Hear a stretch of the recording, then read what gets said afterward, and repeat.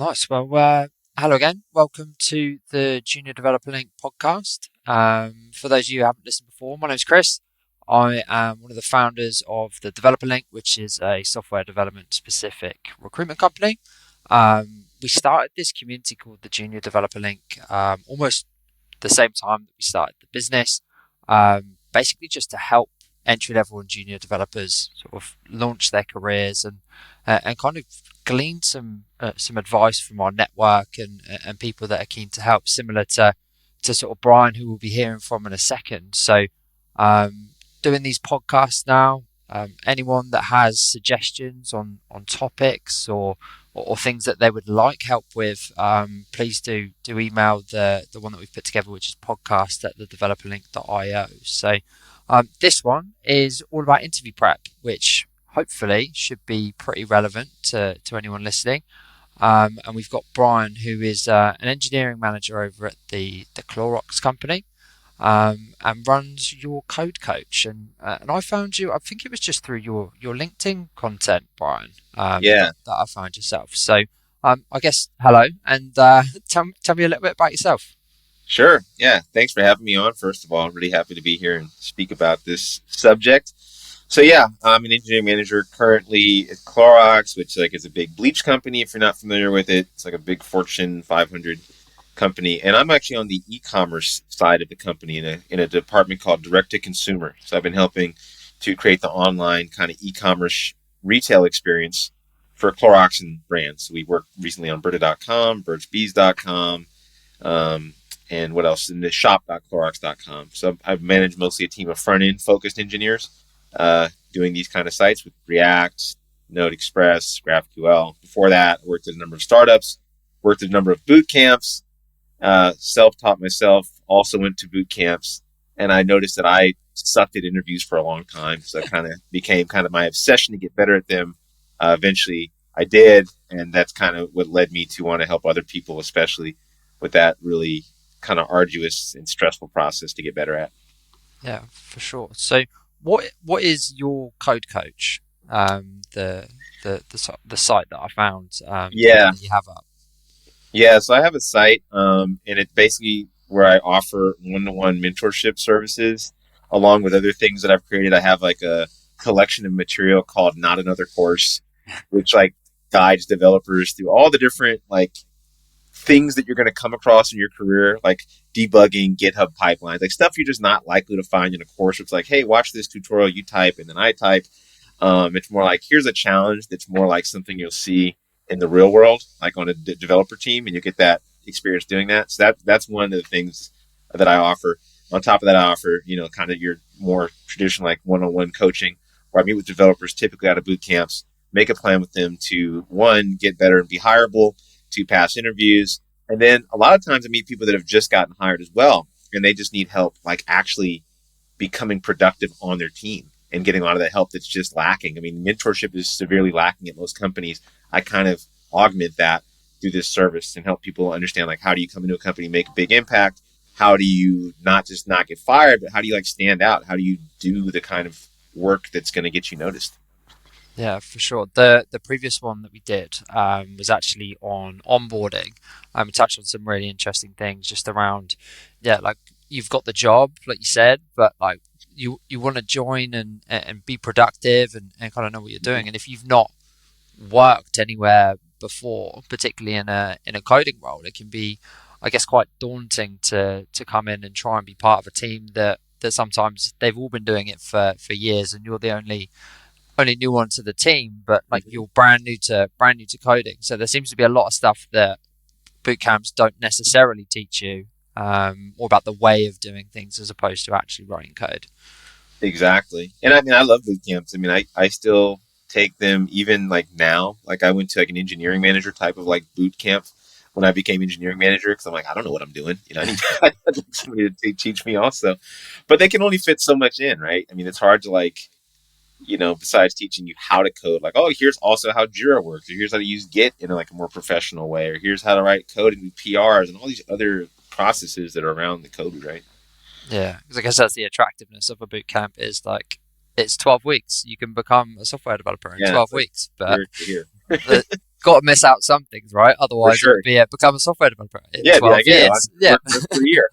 yeah, exactly. So, we're going to go through sort of interview prep. I guess you touched on it a little bit. It wasn't something that was your strongest point when you were interviewing. Is that the main reason why you've chosen that as sort of your topic? Yeah, it's whether people like it or not, it's like the highest paying skill you need to have as a software developer. Software developer life cycle in your career, people cycle through jobs much quicker in this occupation than a lot of others. So if you don't want to be at the mercy of the market, you just need to be good at interviewing. And it's one of those weird things where people do it so infrequently that most people are bad at it. And knowing how to get better at it, like doing practical exercises and learning about it, it just takes a lot of the fear and uncertainty out of it, and it makes you just feel more confident. I saw how much it improved my like career in general, like knowing how to present myself, how to sell myself, knowing how to figure out what I'm worth. Just yeah, it really helped me out. And then when I started teaching other people some of the things I learned, I saw how much it helped them. So I was like, I mentored other people, and I saw them go to these crazy great companies like LinkedIn or Microsoft or or just like Calendly, other cool startups, and thinking, wow, what an amazing thing just from learning this fairly simple stuff and then being able to move on from companies they either didn't like or were stagnant in, and now they have awesome careers and a better trajectory. That must be quite a satisfying thing to sit there and be like, I did that. I mean, it was, well, I mean, I don't definitely want to take all the credit, but it was cool, like just at least exposing them to this idea, like, hey, you can learn this stuff. It's not like you don't have to be some whiz in data structures and algorithms or something like that, or everybody's not applying for Google. Some people just don't even know where to start. They just go into like interviews half baked, completely unprepared, or haven't done them for so many years they have no clue what they're doing, and they wonder why they fail a bunch of them. Or people that fail like just tons of them and just don't get these like few tweaks that they can make to finally nail one. Yeah, for sure. I feel like sometimes like juniors interviewing now can be more prepared than seniors that have been in a job for kind of 10 years that dip their toe in the water and then they're like, what is going on? Like they'll just try put themselves open to work on LinkedIn for like the first time and just be like, what has happened to my inbox? Like why am I getting bombarded with messages from people left, right, and center? And it can be Yep. quite daunting. So I guess going into it fresh is probably easier than going into it after having not searched for a very long time. Yeah, I've met a couple people like that, and it's interesting because there's a little bit of like pride there to say, "Hey, I've done this for so long, and why am I getting asked these trivial questions? How to traverse a tree? I've been doing full stack development forever, or whatever." And that's the problem. It's like the skills in your interview are so different, and I think junior developers are more. They first of all have the benefit of lots of other experiences on the internet. There's tons more sites now. I mean, the fact that Lead Code like has a premium, there's Algo Expert, there's all these tools now to get you better and a lot more discussion around interviews. When I feel like before, it was a lot less, it was kind of more like just go in and see what happens. And you kind of knew what to expect at Google maybe, but you didn't know what to expect at the company down the street. Yeah, for sure. Because I think a lot of them have followed that kind of Google process, haven't they? Of kind of technical interviewing and the number of steps and all things like that. And I feel like some companies almost have like a pride on like how many Yeah. people fail their interview process as opposed to trying to get people through it, Right. which is a strange one. It is strange. And it's so weird too, because I think like Google can afford that, right? But if you're a smaller company and you need engineers, like I hire for Clorox, and we're not like some big tech company, right? But we get a ton of people in, and like we just don't have the time to do like some crazy technical tests. First of all, second of all, we need people that can do practical things. And then I think of all these other companies where they have like a 6 round process and these crazy technical interviews. I'm like, who are you going to hire at the end of this? And if you're not paying what Google pays, then why don't the people just go to Google anyway or Yeah. go to somewhere else? It is odd. People have taken way too much pride in these ridiculous interviews, in my Yeah. opinion. I actually had someone say to me once, they were like, it is tough. Like Mhm. we have 95% of people fail it. And I'm like, well, change it. Like Yeah, it's maybe change it up a my bit. first thought. I'm like, well, we should change that. They're like, no, it's our technical bar. And I'm like, well, how long have you been looking? 6 months? Yeah, no, that Yeah, sounds about right. No. exactly. And I'm always curious the people that do pass it, like how well do they do afterwards? Did it net you positive results, or did you just do this and you then you got people that were okay or had to fire anyway, and you still continue it. I don't know. Or that should at least be you get the job, right? Like that should be it. If it's that hard, like Yep. all you have to do is pass that, and Boom. then you then That's you work then you work there. Like then you're that's done. it. But Yep. that'll be first stage. Now let's see if we like the person. Like after we've Yeah. done Now all you got to do a product and that, head of this department and some other head of department watch this video and then do a Rorschach, test or something like that. We'll see. yeah, very very strange one. But I guess for people that haven't sort of interviewed at all yet, or kind of like get themselves ready for their first interviews, what kind of stages can you sort of expect as a junior interviewing at different companies? Yep. The typical process, what I've seen and I've been through, is one, the phone call. Company, you've submitted a resume, an application, they've expressed some interest and say, hey, we'd like to set up a quick phone call. It's typically almost always with a non-technical person, usually a recruiter that doesn't have a tech background, which a lot of people don't realize. They get on the phone. It seems to me almost like a make sure you're not crazy test. Now that I'm a hiring manager and I work with a recruiter to get people in the door, I sometimes write down questions for her or him, and then this person will ask that person some, very basic technical question. They'll kind of have a list of acceptable answers, and that will go move from there. And then we're using their judgment to say, does this person seem like they're, just normal, right? Like they're not like completely a crazy person. They don't say anything really weird on the phone. That's typically like the general call. Sometimes it'll be about your background. Like, tell me about your background. It seems like what they're trying to see is your background very different from what we're looking for? Is it somewhat in line? Your typical salary expectations. This is where people will often give way too low salary. They just want to get in the door. Next step, typically after that, saying, okay, you're not crazy. You seem to fit. Your salary range wasn't like way outside of what we wanted, and you seem to you've passed mustard, right?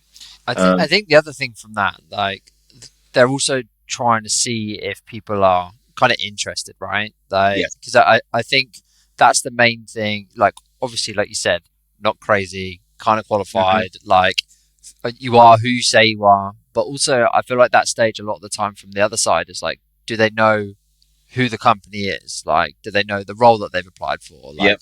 Like, there is a little bit more to it from that side. I think, at least with the majority of companies that we work with, that's the kind of first stage is what do you know about us That's a and kind good of point. why are you applying here and why do you think this is a good fit for you? Like, I think that can throw people sometimes when, particularly when people are interviewing at like 15, 20 companies. Sometimes Yes. people just not necessarily like lazy, but just like the number of interviews that come up. Sometimes people just jump on and expect the company to sort of sell to them and go through that box ticking exercise. Whereas some Yep. companies can very much be like, well, why is this right for you? I think that is still very much part of that first stage. That's a very good point. Yeah, I've been embarrassed by going through interviews myself, and then person asks, and I'm like, ooh, and I have no clue what to say. And that's an embarrassing thing. That's usually a deal breaker in a lot of cases. Now, if they reached out to me, the expectation is a little different that they're going to try to kind of sell me more on the company more than the other way around. But if you applied, yeah, it is a good idea to do your due diligence. But after that kind of initial like non-technical screening, it typically goes to like some sort of tech screening in my experience, which either going to be great. Here's a take home, maybe a hacker rank if you're unlucky. Best ones are saying, hey, let's meet with a person on the team to do a quick technical assessment, usually like a very like 30-minute to like 1 hour exercise. Sometimes like a technical lead or somebody doing some coding exercise. That will often either lead to dismissal, saying, okay, that didn't work out very well, or saying, great, now come to our on-site. And the on-site is like usually a multi-round exercise where you're doing 1 to 2 coding challenges, mostly, something lead code-esque, or like maybe something like build a component, fix a test, and then maybe system design depending on your seniority. And often I see system design even happening for more junior candidates now. And then the rest of it's kind of like behavioral, where you're meeting, people in different departments, maybe product, somebody that's maybe like the head of engineering, a couple other people that might be on the periphery of the technology team, just to see like, hey, does this person seem like to get along, kind of teach you a little bit more, have you ask questions back and forth. Some of those are more technical than others. Like I noticed sometimes you meet with the engineering manager, they may ask you like, hey, why don't you walk me through some project you've done, and they're kind of trying to determine like, this person's seniority or if they're going to fit well on the team. And then after all that, hopefully you get a yes or no by the end of the day or within a couple weeks. Yeah. That's like your typical process, I feel like, nowadays. Yeah, for sure. And I think the like you said, the intro and the meet the team, like there's not loads that you can do for those. In terms of sort of like I guess outside of the ordinary preparation, but we'll go on to that in a minute. Let's talk first just about the different types of technical tests that you kind of ran through. Mm-hmm. First thing that jumped out to me was you said hack a rank if you're unlucky. So, Yeah. would you say that's the like renowned worst technical test that people can go through, or is it that companies shouldn't be using them? I'm just not. I'm not a fan of them at all. They're complete. They're almost too objective, and oftentimes I really do wonder. I don't know how they're assessing these often, but first of all, just the experience if you're not used to using HackerRank can be a little confusing because you can submit by accident sometimes, and you can Okay. submit a problem that you didn't mean to. Sometimes you're wondering how optimal should I make this. It just depends on the company. It's so subjective how they like what they ask in the HackerRank versus what they expect on the job. And second of all, it's like because there's no human involved, you're being graded like this very like small like scope of what you can do. Like, can you solve this random problem? And maybe you've seen it and you get really lucky. Maybe you don't and you're just unlucky. Maybe you cheat and you get to the next stage anyway. I think these are probably in my opinion, the worst ways to assess people, unless you have a lot of people that you need to just dig through really quickly. I can see some value in that. Yeah, But for yeah. sure. And then the other one you said, you said if you get lucky, you will get these. Did you say that was like almost like a pair programming? Yeah. Those are typically my favorite. Again, depending on like how the company runs it. But in general, the ones I've done a lot of these, and I actually suggested we do this at current company I'm at. We do that. That's the way we assess people. The reason why we can hear your thought process, we can learn what it's like to actually work with you in a kind of controlled environment, and it gives you a chance to dig through and work through a problem you may not have seen, and work with us at the same time. Because if you're coming on as a junior, it's likely that this will be kind of how you'll be working with us anyway. So these are by far and away my favorite way to assess somebody. But they do take time and effort, and and they can also be a waste of time if the person does exceptionally poor on it. Then here you are sitting for maybe a half an hour to an hour with them, doing this pair programming exercise. Yeah, for sure. Well, I guess let's take both of those individually then. So if you're getting some kind of I guess take home, whether it be like a company specific one or a hacker Mm-hmm. rank or a leak code, like what are the things that I guess you should really be focused on doing on those? For hacker ranking lead code, these are I'll be honest, these are a bit of a black box because I've seen people get correct answers and not get chosen. And I've seen people sometimes not get correct answers and get chosen. So it's like super subjective how the companies really test these. But in general, looking for edge cases. If you have time to write tests, of course, is always going to make you stand out, and that's either in take home or for hacker rank lead code problems. Clean code, I would say, can be a factor, and it depends. If it's a hacker rank front end type challenge, the way you've constructed the actual code is going to probably matter a lot more than a straight lead code, where they're probably going to just look through the test cases and edge cases to make sure that you've passed as many as possible. The worst thing is to do is just submit when it works without actually stepping through, like, okay, what about this edge case? What about this other case, line by line? Is this going to work for multiple cases? That's kind of like low hanging fruit in general. Um, but take home tests, here's like the best way I've figured out to stand out is simply just writing a test. Like whether it's a front end or a full stack app or a back end service or something you're writing, if you write a unit test in it, 90% or more, let's say, of people, the majority of people will not do that. Having Yeah, good documentation in a test is going to make you stand out heads and shoulders above the rest. In fact, I did that with a guy I was working with a year ago, and that was why he got invited to the onsite. He said, "Wow, you're one of the only candidates to write a test, so we had to invite you in." yeah.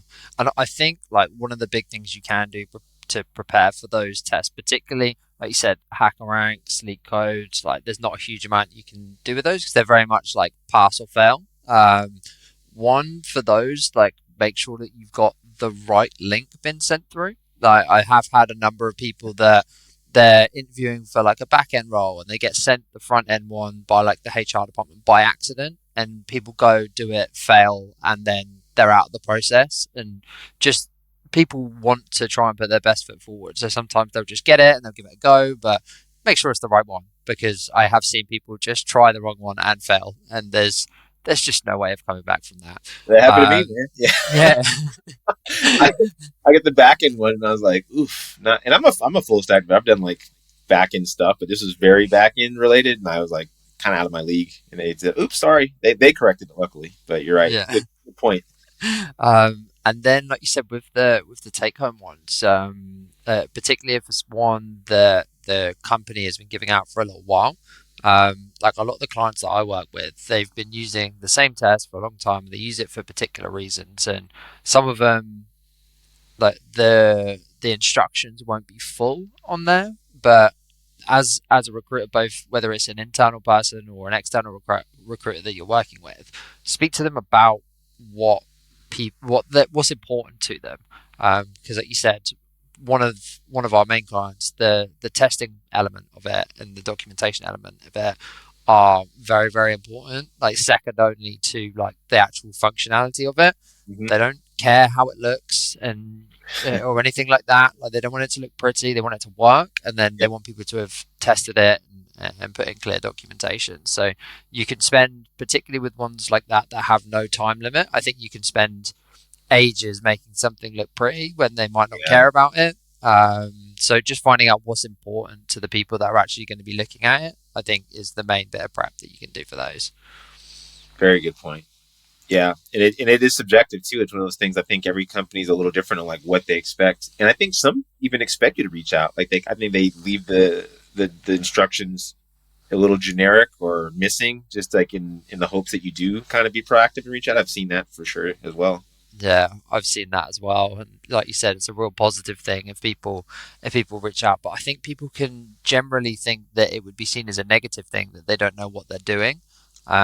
But in the scenario like that, it's seen as a positive plus point, because that's how you would interact, particularly with remote roles. They Mhm. see that as the person would ask rather than go down a rabbit hole for hours and then come back when they can't do it. They see Yeah, something's unclear and they ask, and that's just part of the test. Is the terrible instructions.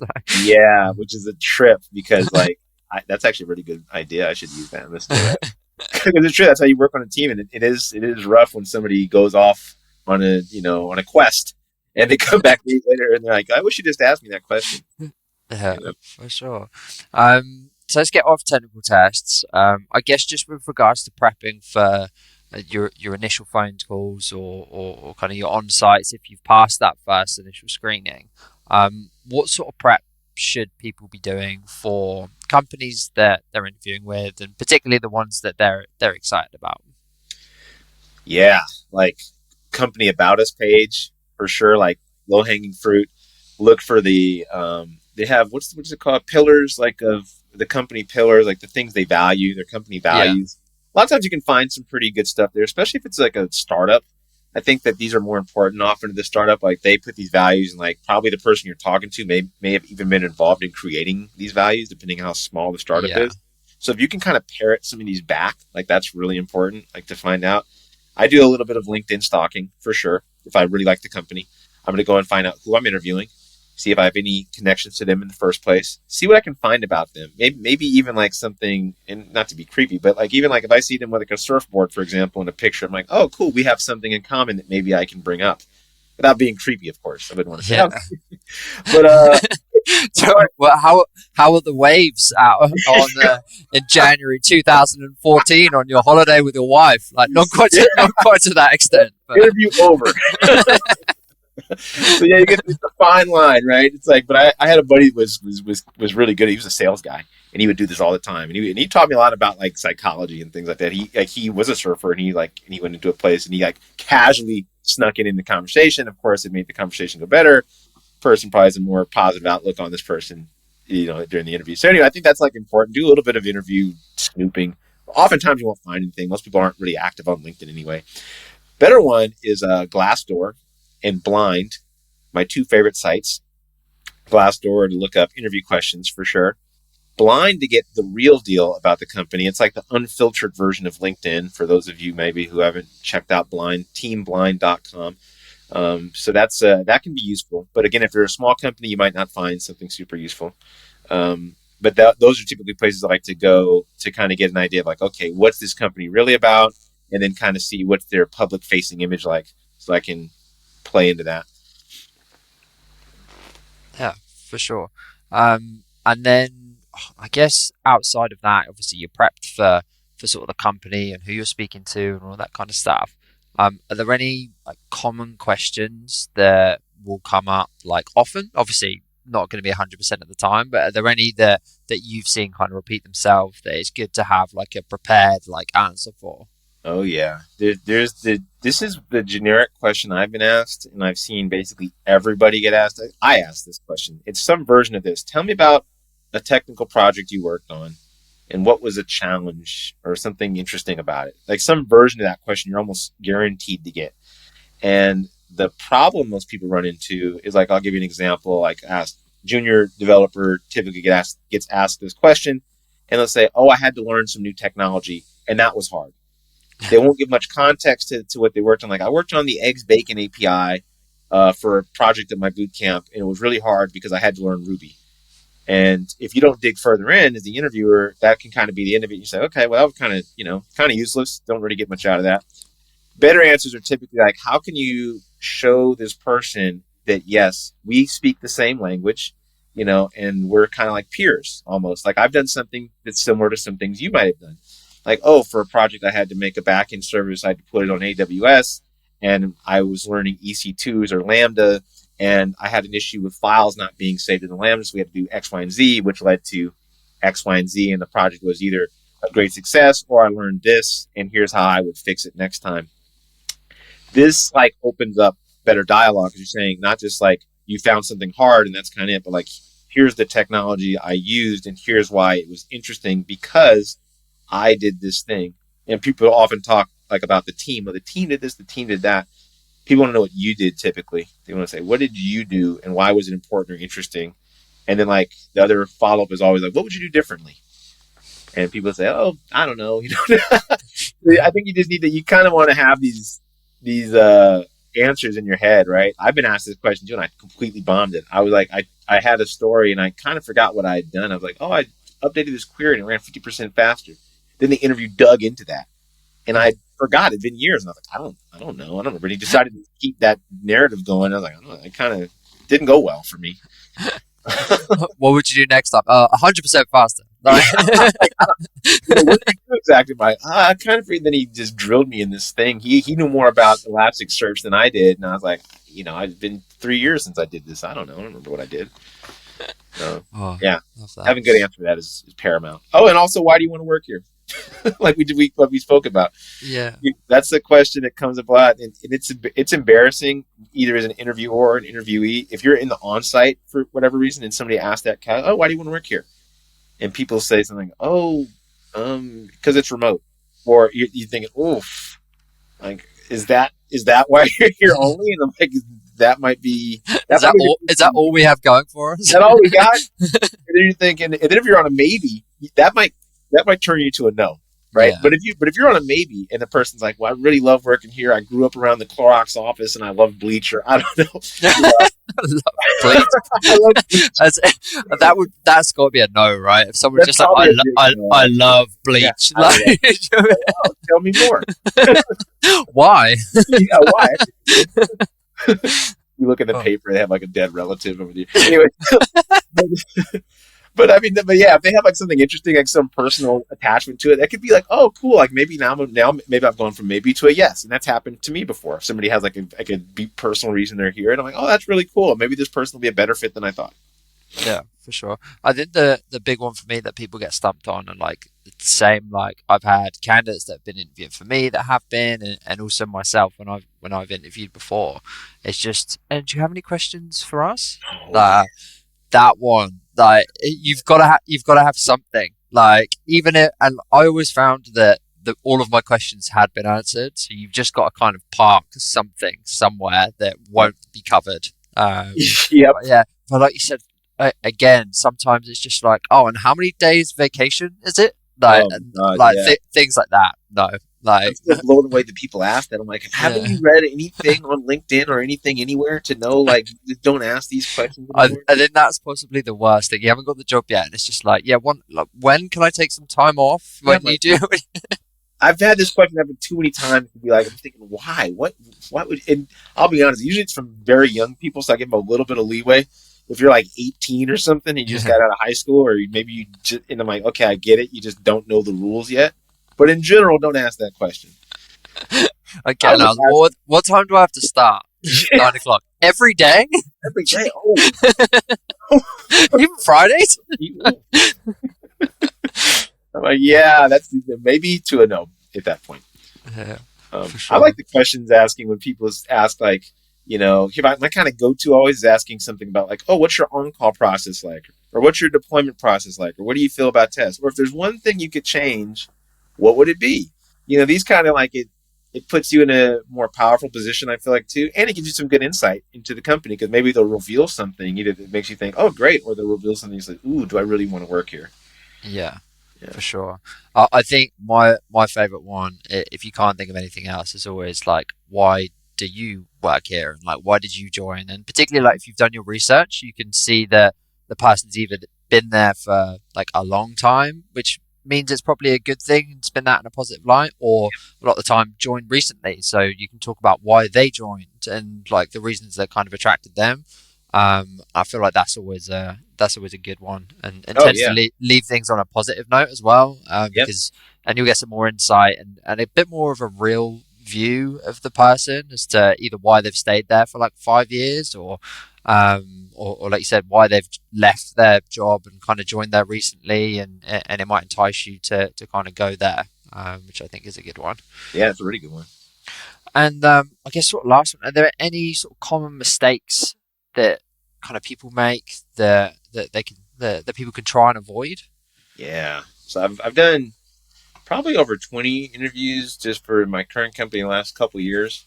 And I've done just a bunch in general, like mock interviews. And one thing that is rough, we all fall into, is not admitting when you just don't know something. This is like a trap I feel like we all get into, but it's tough because you get asked a question you obviously don't know, and then you just start just like trying to just move around the question or like deliver a word salad or something. Like, for example, somebody asked like, "Hey, can you describe closure in JavaScript or something like that?" And the person's like, "Well," and they just start going this rabbit hole. I'm like, "Wait, what are you talking about?" And it'd just be easier to say, "I don't know, but." Here's how I might find out, or I think my understanding might be, I think this is my understanding at this point, but I'm not at all sure. That makes me feel a lot more confident that, you're not just kind of trying to pull the wool over my eyes, or that I can kind of trust you. It breaks a little bit of trust, honestly, when you really don't know something and you just try to like go on it anyway. It's like you're going to fool somebody. It's like you never fool anybody doing that. Yeah, it's one of my biggest pet peeves is people trying to blag their way through answers. Like, Yeah, and like you said, I think it is that trust thing, isn't it? Like you trust. just sort of and it's the same thing as we were talking about before in terms of people asking questions and stuff like that. You don't want to be like, are you good with that? Like when they're like week 2 in the job and they go, yeah, but actually have no idea what you've just said. You kind of want someone that's going to be like, no, I don't know what I'm doing. Yeah. And also you are interviewing them on like capability, right? So it just gives a little bit of bad taste in your mouth if someone's trying to over embellish things that they don't actually know about. I think Yeah. particularly for a lot of interviews, like let alone junior interviews, it's not a you must know everything. It's just trying to work out where you are on that trajectory, right? Because Yep. the same thing, like learning to code in 12 weeks or however long a lot of these boot camps are, like people can know everything or people can kind of have just about passed it. There's quite a big gulf Mhm. between people when they come out, even though they've just all been doing it for sort of 12 weeks. So a lot of it is just trying to work out whereabouts people are so they know what support they'll need or where they'll fit, as opposed to like having to know everything that you're asked in these interviews. Yeah, absolutely. Yeah, I mean, I've interviewed people from the same boot camp, and I was like shocked, like how the disparity between one candidate versus the other. Oh, we're humans, and I think we can easily sniff out and determine when somebody's being disingenuous. And like as humans, we don't like that, you know. Um, Yeah. Speaking of it, and also a couple other mistakes, I've seen this one a lot too. Unfortunately, is I've done interviews with people, and we're getting to the technical portion, And the technical portion, whether and this is notorious at Google, they'll like do a quick like, "How are you?" And they're like, they don't really mean "How are you?"